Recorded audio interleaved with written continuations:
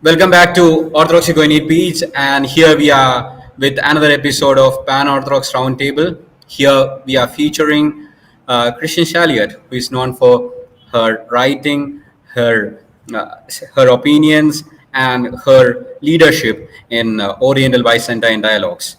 So we are really happy to have her here in on our platform for an interview, and we really welcome you towards this interview, and um, and waiting for your introductory points so that we can go on with our interview. Well, hello, and thank you very much to Cognate for this interview. Well, we were supposed to do it in India, which was easier, but now I am in Geneva, Switzerland, which is my hometown.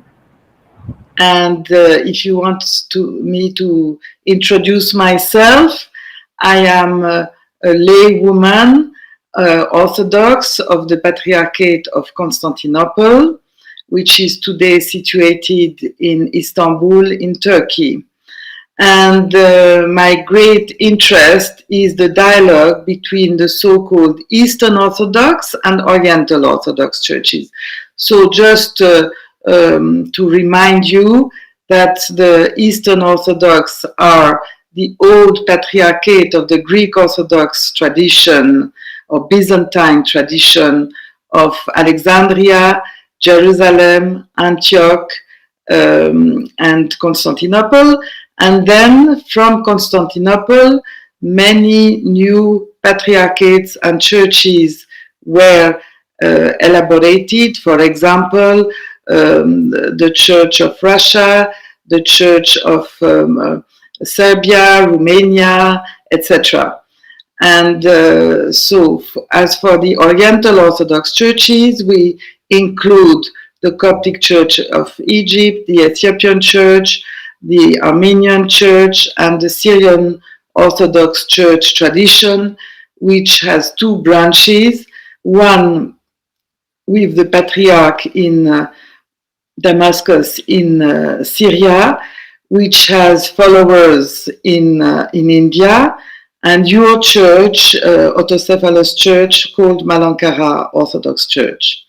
And I was very interested in this dialogue since the beginning of the official dialogue. It began, in fact, in Geneva, in Chambézy, which is the place of my parish, in 1985.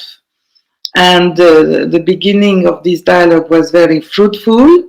They agreed, they understood that there was a misunderstanding in terminology, that is, in words.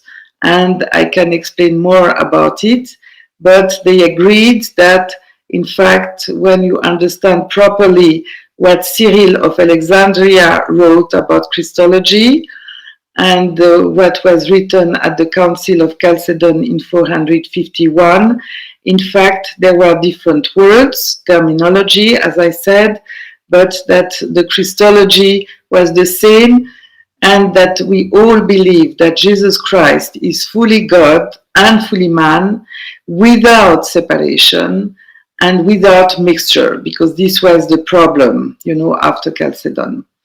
So they had these texts explaining all this, but in detail, and they had also other texts to explain about the necessity to have what I call practical dialogue. And practical dialogue is to know each other better. And among other things, they were saying that we should have little books about the history and the life of all our churches. So for the sake of the dialogue, I decided to begin my books. So I had first the book on the Syrian Orthodox Church. There was one book also about the Malankara Church, which was in fact published before this one. You have the Coptic Orthodox Church. You have the Ethiopian Orthodox Church, which includes, of course, the tradition of the Eritrean Church. And in these books, I give an introduction to history, organization of the church, languages and literature, liturgical life, spirituality, and monastic life.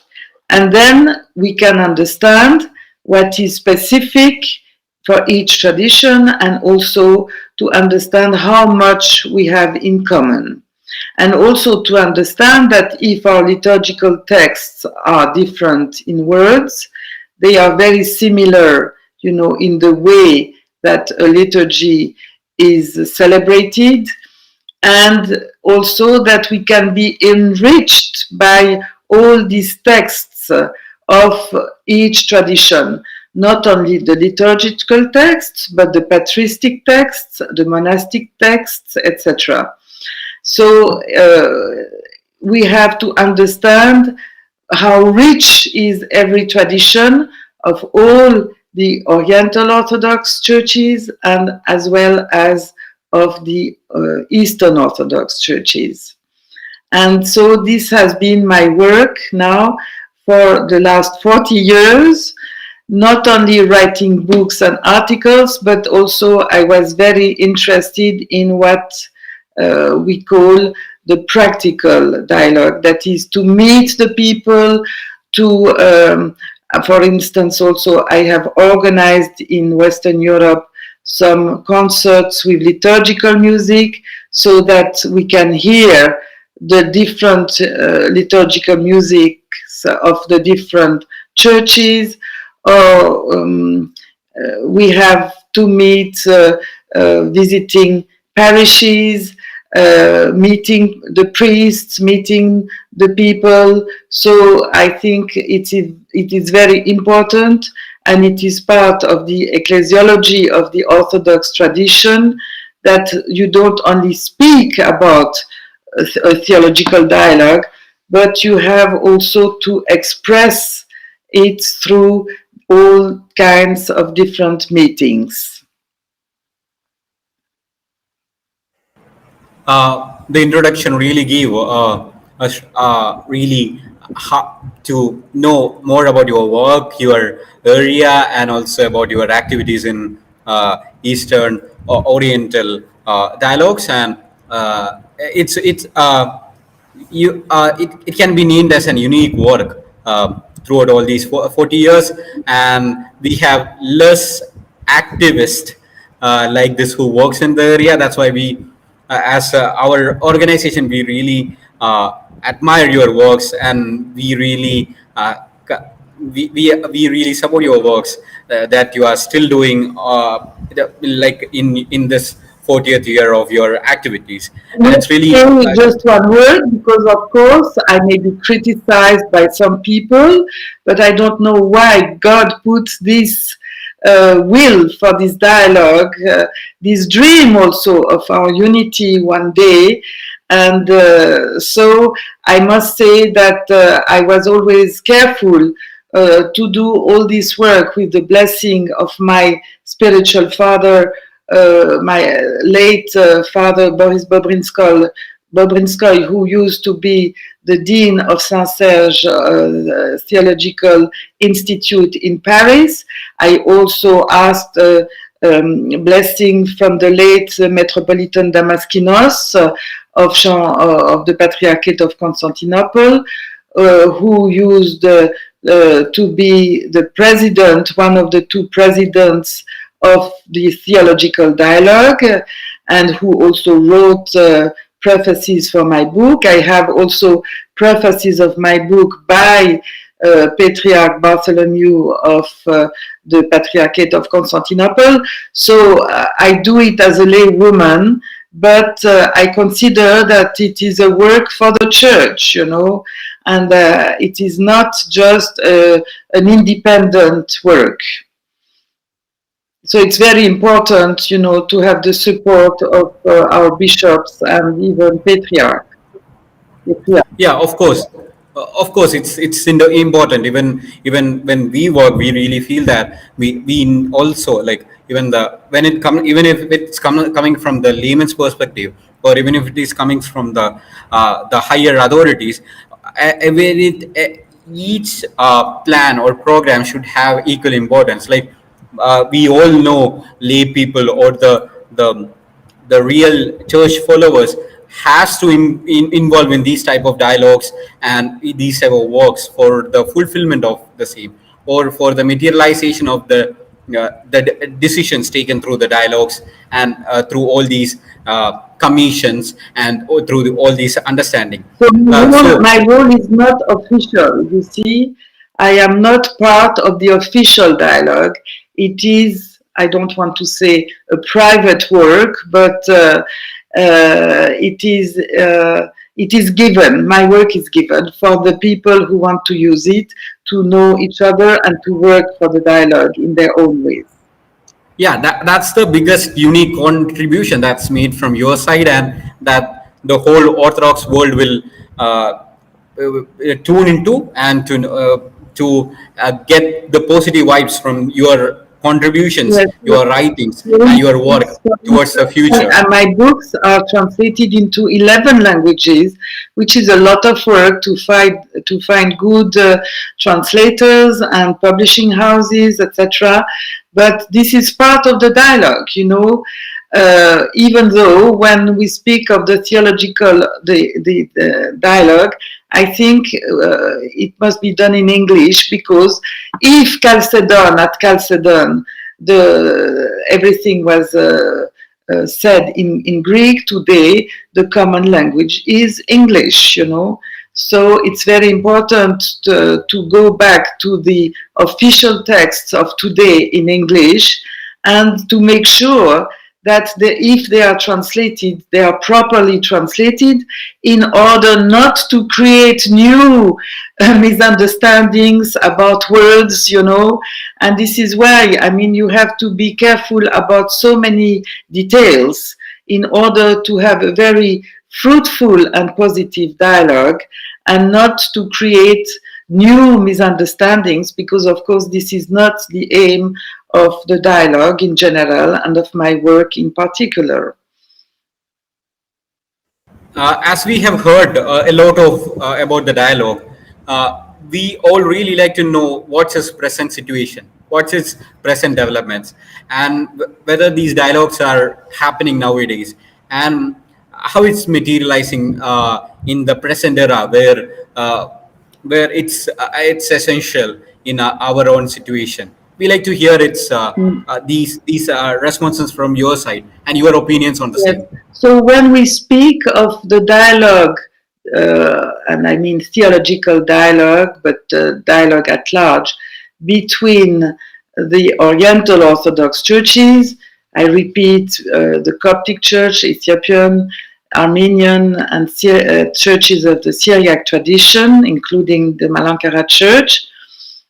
The first dialogue of this kind was with the so-called Eastern Orthodox churches, which began, as I said, in 1985. The dialogue was very fruitful at the beginning until 1993, and we were hopeful to have success and to go forwards and to have also positive effects, because you must understand that during the conferences, each patriarchate or church was sending delegates who were bishops, theologians, and they had to publish a report. Every patriarchate or church was receiving these reports, and every Holy Synod was supposed to give either to accept the text or to ask some specific questions. And unfortunately, not all patriarchates and churches have answered through their Holy Synods, only a few, which was a bit disappointing for the growth of the dialogue. Then on the other side, Metropolitan Damaskinos had a stroke, was very sick, could not participate any longer as the president, and was replaced only after he passed away. this explains partly why the dialogue between the Eastern Orthodox and Oriental Orthodox has not grown in very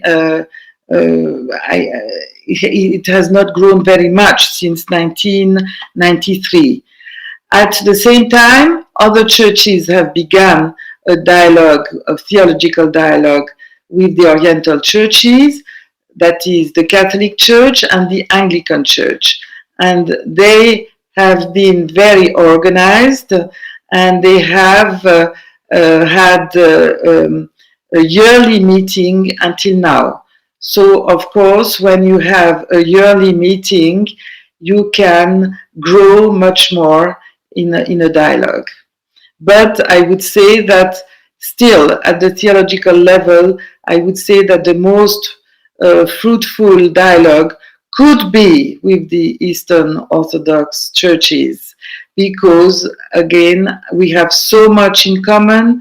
We have understood that we have a common Christology, which was the main theological question, and then what is left? That we have to understand that Severus of Antioch is not heretic, because he, in his writings, he's following the way of expressing the Christology, the Miaphysite Christology of Saint Cyril of Alexandria. By the way, Cyril of Alexandria is also a church father of the Eastern Orthodox churches. And just this point for me shows that we could solve all the problems very quickly if we had a very good will to do it. And so we have to wait now to see what will happen in the future. Will you just also talk about its present situation? Is the dialogues in a dormant situation, or is the dialogue still progressing in some way or other? Well, I would say you are using the word dormant, and I'm afraid that this is the reality today. This is linked also these last years to the fact that there were difficult relationships between the Patriarchate of Moscow and the Patriarchate of Constantinople for different reasons, political reasons, and also about the fact that the Patriarchate of Constantinople has recognized an autocephalous Orthodox Church in Ukraine. Now, as you know, there is this war, this invasion of Ukraine since last year, and this is, of course, not very helpful for any bilateral dialogue between the Moscow Patriarchate and the Patriarchate of Constantinople. So some Oriental Orthodox say, well, in order to continue the bilateral dialogue between Eastern Orthodox and Oriental Orthodox churches, of course, that first of all, there must be unity within one church family. So, of course, all the Eastern Orthodox churches should have one voice and one spirit, one mind, you know. And so this is not the case today, because other churches in the Eastern Orthodox family are backing what the Russian Orthodox Patriarchate is doing and saying, following also political issues, which I just mentioned. And we can say that on the side of the Oriental Orthodox family, as you know, there are also some misunderstandings. For example, between the Church of Ethiopia and the Church of Eritrea, or between your Malankara Church and the Syrian Orthodox Church of Antioch.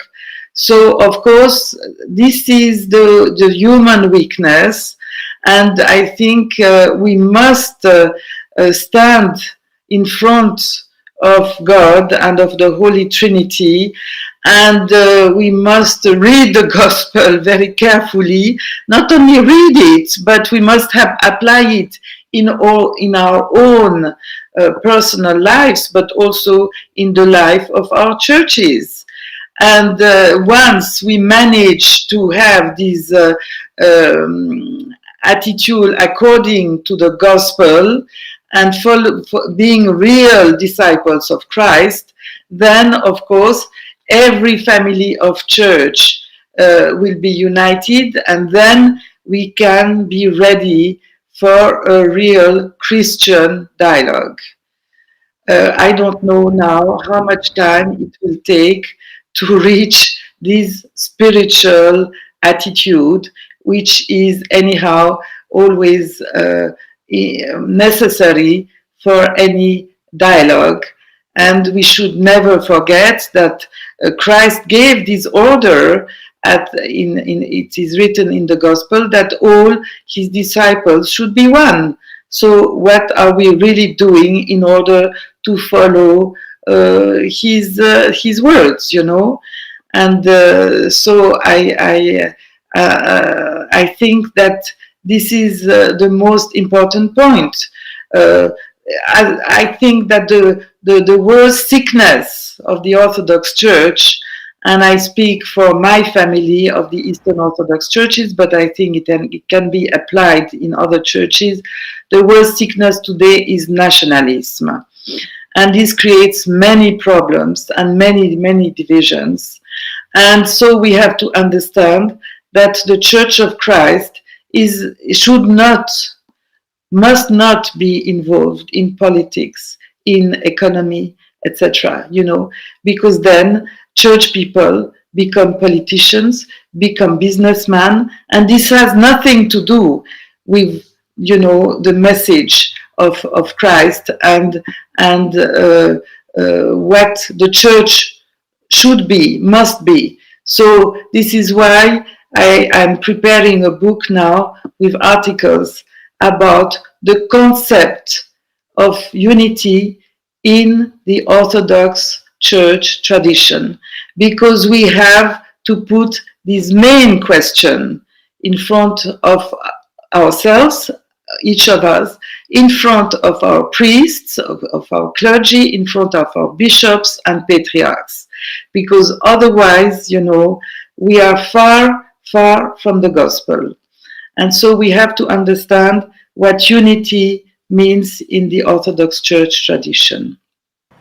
As we come to the last part of this particular interview, I really like to ask this question: is as you mentioned, the present divisions or the ultra nationalistic ideas that's propagated by the nations and that make a resonance into the churches, is this the only challenge, or is this the only issue that really makes us away from each other, or makes us away from from a fruitful dialogue? Or are there any other components, or are there any other challenges that both the families really face for their unity and for their dialogue and for their common meetings, even in the public level or in the lowest level between the members of the churches? We can see some type of chaos that has to be resolved and which is not yet being addressed. So what's your thoughts on that particular area? Are there more challenges for this particular dialogues, or for the fruitful upcoming of these dialogues and for their materialization? Or and how can we how can we trespass all these issues and make it towards a bright future in the Orthodox world?